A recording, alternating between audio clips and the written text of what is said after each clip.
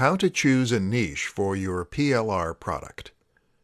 When picking a PLR product to sell, you have the luxury of being able to pick a ready-made product that will even come with its own marketing materials and other useful extras to help you make as much profit as possible. But while that takes a lot of the responsibility out of your hands, it also means that you have to think very carefully when making that initial choice.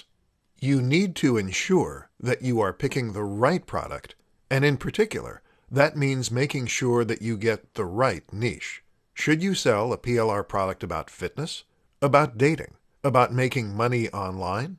In this presentation, we'll break down your options.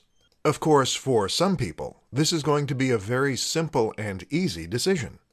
If you already have your own website or another kind of brand, then the obvious choice is to sell a PLR product that matches your current niche. This way, you'll be able to sell to the same audience that you have already built. You will know what things interest them, and hopefully, you'll have their trust by this point. Thus, it should be a relatively simple process to sell them an ebook on the topic they know you for. Another consideration is whether or not the product has a strong value proposition.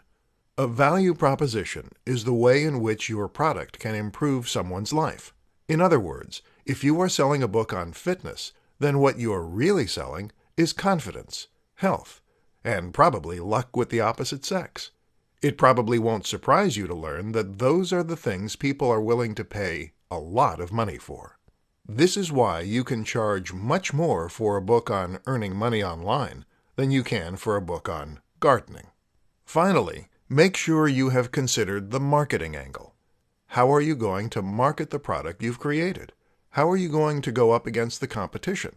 Sometimes it makes sense to try to avoid the very biggest niches like fitness, seeing as these will force you to directly compete with thousands of other sellers.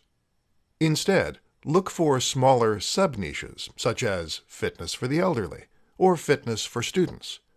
This can help give you more focused routes to market and reduce the amount of direct competition you face.